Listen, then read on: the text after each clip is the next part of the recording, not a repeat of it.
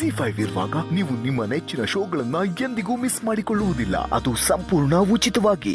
ನನಗೆ ನನ್ನ ಪುಟಾಣಿನ ನನ್ನಿಂದ ಯಾರೋ ಕಿತ್ಕೊಳ್ತಿದ್ದಾರೆ, ಅವಳು ನನ್ನಿಂದ ದೂರ ಆಗ್ತಿದ್ದಾಳೆ ಅಂತ ಕನ್ಸು ಬಂತಲ್ಲ, ಆಗ್ಲಿಂದ ಅವಳ ಜೊತೆ ತುಂಬ ಟೈಮ್ ಸ್ಪೆಂಡ್ ಮಾಡಬೇಕು, ಅವಳ ಜೊತೆನೇ ಇರಬೇಕು ಅಂತ ತುಂಬ ಆಸೆ ಆಗ್ತಿದೆ. ಅದು ಭಯಕ್ಕೋ ಅಥವಾ ಅವಳ ಮೇಲಿನ ಹೆಚ್ಚಿನ ಪ್ರೀತಿಗೋ ಗೊತ್ತಾಗ್ತಾ ಇಲ್ಲ.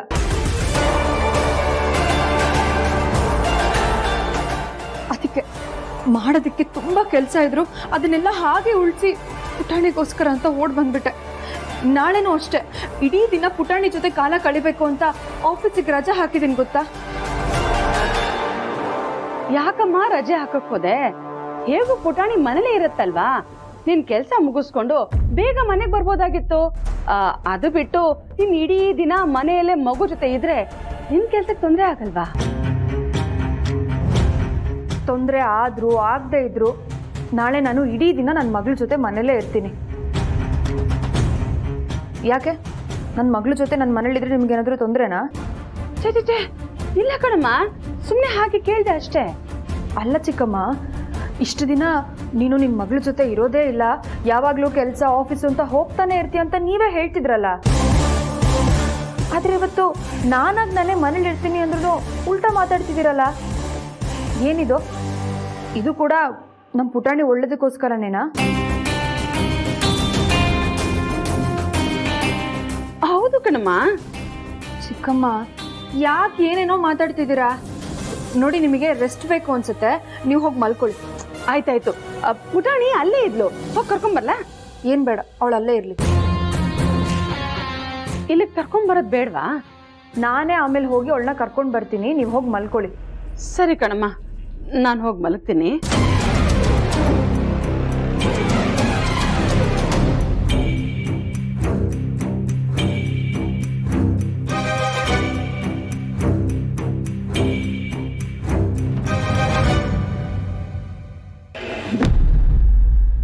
ಅಖಿಲ, ನಾವಿಬ್ರು ಒಟ್ಟಿಗೆ ಹೀಗೆ ಕೂತು ಎಲೆ ಅಡಿಕೆ ತಿಂದು ಎಷ್ಟು ದಿನಗಳಾಗಿತ್ತು ಅಲ್ವಾ? ಹೌದು ರಘು, ಈ ಸಂಸಾರದ ಜಂಜಾಟದಲ್ಲಿ ಕಷ್ಟಗಳ ಮಧ್ಯೆ ಚಿಕ್ಕ ಪುಟ್ಟ ಖುಷಿಗಳನ್ನೆಲ್ಲ ನಾವು ಮರ್ತೇ ಬಿಟ್ಟಿರ್ತೀವಿ ಅಥವಾ ಜಸ್ಟ್ ಇಗ್ನೋರ್ ಮಾಡಿಬಿಟ್ಟಿರ್ತೀವಿ. ಆಮೇಲೆ ಇನ್ಯಾವತ್ತೋ ನೆನಪಿಸ್ಕೊಂಡು ಅಯ್ಯೋ ನಾವು ಆ ಖುಷಿ ಬಿಟ್ವಲ್ಲ, ಇದು ಬಿಟ್ವಲ್ಲ ಅಂತ ಪಶ್ಚಾತ್ತಾಪನೂ ಪಡ್ತೀವಿ. ನಾನು ಅನ್ಕೊಳ್ಳೋದು, ಎಷ್ಟೇ ಕಷ್ಟ ಇರಲಿ, ಏನೇ ಅಡೆತಡೆಗಳಿರಲಿ, ಎಷ್ಟೇ ವಯಸ್ಸಾಗಿದ್ರೂ ಗಂಡ ಹೆಂಡತಿ ಮಧ್ಯದಲ್ಲಿ ಇರುವಂಥ ಚಿಕ್ಕ ಪುಟ್ಟ ಖುಷಿಯ ಕ್ಷಣಗಳನ್ನು ಮಾತ್ರ ಯಾವ ಕಾರಣಕ್ಕೂ ಬಿಟ್ಕೊಡ್ಬಾರ್ದು. ಅಬ್ಸಲ್ಯೂಟ್ಲಿ 100%. ರಘು, ಹಿಂದಿಂದೆಲ್ಲ ನೆನೆಸ್ಕೊಳ್ಳೋದಕ್ಕೆ ಅದೆಷ್ಟು ಖುಷಿ ಆಗುತ್ತಲ್ಲ. ಆಗಿನ ಕಾಲದಲ್ಲಿ ಎಲ್ಲ ಜಾಯಿಂಟ್ ಫ್ಯಾಮಿಲಿ ಮೆಂಬರ್ಸ್ ಎಲ್ಲ ಒಟ್ಟಿಗೆ ಕೂತ್ಕೊಂಡು ಊಟ ಮಾಡ್ತಾ ಇದ್ವಿ. ಅಂದ್ರೆ ನಾ ಹೇಳ್ತಾ ಇರೋದು ನಾವು ಬೆಳೆಯೋ ಕಾಲಕ್ಕೆ. ದೊಡ್ಡವರು ಚಿಕ್ಕವರು ಎಲ್ಲರೂ ಸೇರ್ಕೊಂಡು ಒಟ್ಟಿಗೆ ಊಟ ಮಾಡ್ತಾ ಇದ್ವಿ. ಆಮೇಲೂ ಎಲ್ಲರೂ ಅವ್ರವ್ರ ಕೋಣೆಗೆ ಅಂತ ಹೋಗ್ಬಿಡ್ತಾ ಇರಲಿಲ್ಲ, ಅಲ್ಲೇ ಒಟ್ಟಿಗೆ ಸೇರಿ ಮಾತಾಡಿಕೊಂಡು ಎಲೆ ಅಡಿಕೆಗಳು ತಿನ್ಕೊಂಡು ಮಕ್ಕಳು ಅಲ್ಲೇ ಆಟ ಆಡ್ಕೊಂಡು ಇರ್ತಾ ಇದ್ರು. ಅದೆಷ್ಟು ಚರ್ಚೆ ನಡೀತಿತ್ತು. ದೊಡ್ಡವ್ರ ಹತ್ರ ಚಿಕ್ಕವರು ನಾಳೆ ಆಗ್ಬೇಕಾಗಿರೋ ಕೆಲಸಗಳ ಬಗ್ಗೆ ಮಾತಾಡೋರು, ತೋಟದ ಬೆಳವಣಿಗೆ ಬಗ್ಗೆ ಮಾತಾಡೋರು, ಒಟ್ಟಿನಲ್ಲಿ ಇಡೀ ದಿವಸದ ಸಮಾಚಾರದ ವರದಿ ಅಲ್ಲಿರ್ತಾ ಇತ್ತು.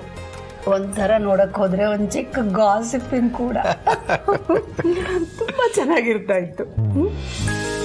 ಎಲ್ಲರೂ ಒಟ್ಟಿಗೆ ಸೇರಿ ಇರ್ತಾ ಇದ್ದ ಆ ದಿನಗಳು ಸುಖಕ್ಕೆ ಇನ್ನಷ್ಟು ಹೆಚ್ಚು ಸುಖನ ಕೊಡ್ತಾ ಇತ್ತು. ಕಷ್ಟಗಳನ್ನೆಲ್ಲ ಜೀರ್ಣಿಸ್ಕೊಳ್ಳೋ ಶಕ್ತಿ ಇರ್ತಾ ಇತ್ತು. ಅದಕ್ಕೆ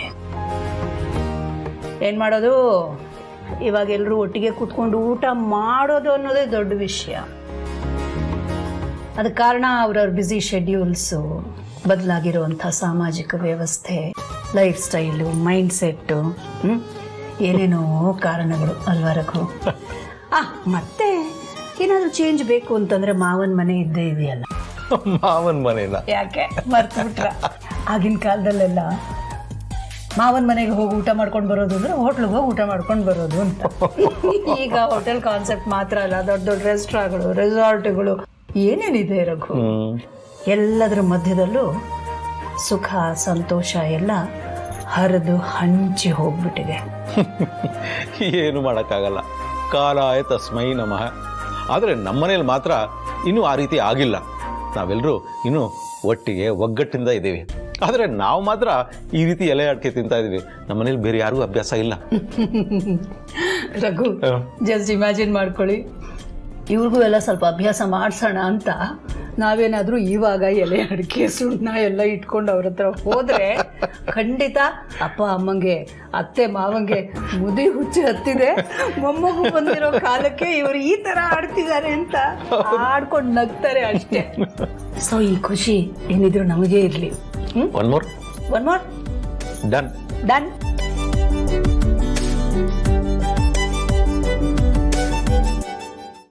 ಪಾರದೊಂಟೊತ್ತು ಸಾರತಿದ್ದೊಂಟೊತ್ತು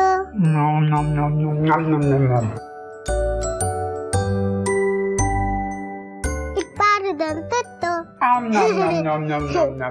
ಇದು ನಿಮ್ದೊಂಟೊತ್ತು. ಕೊಡು, ಇವಾಗ ನಾನು ಬಿಡಿಸ್ತೀನಿ. ನಮ್ದೆಲ್ಲ ಆಯ್ತಲ್ಲ, ಇವಾಗ ನಿಂದ್ಯಾವಾಗ ತುತ್ತು.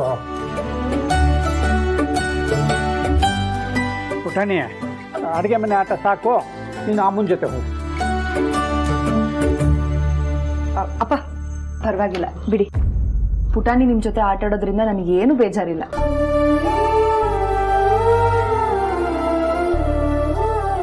ಸರಿ ಅಪ್ಪ, ಆಗಲೇ ನಾನು ಇಲ್ಲಿಗೆ ಬಂದು ಚಿಕ್ಕಮ್ಮನ ಹತ್ರ ತುಂಬ ಜೋರಾಗಿ ಮಾತಾಡ್ಬಿಟ್ಟೆ. ಅದರಿಂದ ನಿಮಗೆ ಬೇಜಾರಾಗಿದೆ ಅಂತ ನನಗೆ ಗೊತ್ತು. ಆದರೆ ಪುಟಾಣಿ ನಿಮ್ಮ ಹತ್ರ ಇದ್ದಾಳೆ ಅಂತ ನಾನು ಹಾಗೆ ಮಾತಾಡಲಿಲ್ಲ. ಇತ್ತೀಚೆಗೆ ನಮ್ಮ ಚಿಕ್ಕಮ್ಮನ ವರ್ತನೆ ಯಾಕೋ ತುಂಬ ಬದಲಾಗಿದೆ, ಅದಕ್ಕೆ ಹಾಗೆ ಮಾತಾಡಿದೆ ಅಷ್ಟೆ. ನಿಜವಾಗ್ಲೂ ಪುಟಾಣಿ ನಿಮ್ಮ ಜೊತೆ ಆಟ ಆಡೋದ್ರಿಂದ ನನಗೆ ಯಾವ ಬೇಜಾರು ಇಲ್ಲ ಅಪ್ಪ. ಆಯ್ತಮ್ಮ. ಅಪ್ಪ, ನಾಳೆ ಇಡೀ ದಿನ ಪುಟಾಣಿ ಜೊತೆ ಟೈಮ್ ಸ್ಪೆಂಡ್ ಮಾಡಬೇಕು ಅಂದ್ಕೊಂಡಿದ್ದೀನಿ. ಆಫೀಸಿಗೆ ಕೂಡ ಹೋಗ್ತಾ ಇಲ್ಲ. ಅದಕ್ಕೆ ಈಗ ನಿಮ್ಗೆ ಎಷ್ಟೊತ್ತಾಗುತ್ತೋ ಅಷ್ಟೊತ್ತು ಪುಟಾಣಿ ಜೊತೆ ಆಟಾಡಿ.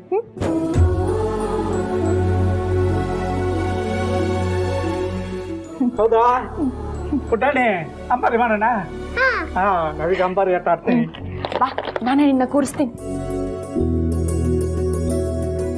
ಆನೆ ಬಂತೊಂದಾನೆ ಲಗರೆ.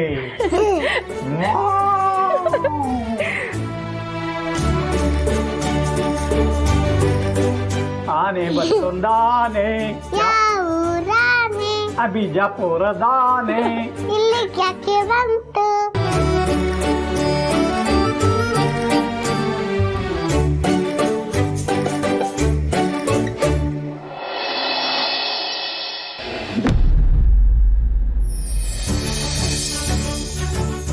ಭಾಗ್ಯ, ಮೇಡಮ್, ಪಾರ್ವತಿ ಇನ್ನೂ ಬರ್ಲಿಲ್ವಾ? ಇನ್ನೂ ಪಾರು ಬಂದಿಲ್ಲ ಮೇಡಮ್. ಪುಟಾಣಿಗೆ ರೆಡಿ ಮಾಡಿಸ್ತಾ ಇರಬೇಕು. ಓಹೋ, ಅದಕ್ಕೆ ಇನ್ನೂ ಹನುಮಂತಣ್ಣ ಕಾಫಿ ಕೊಟ್ಟಿಲ್ಲ. ಸರಿ, ನೀನೇ 2 ಕಾಫಿ ಮಾಡು, ನನಗೊಂದು, ಹನುಮಂತಣ್ಣನಿಗೊಂದು.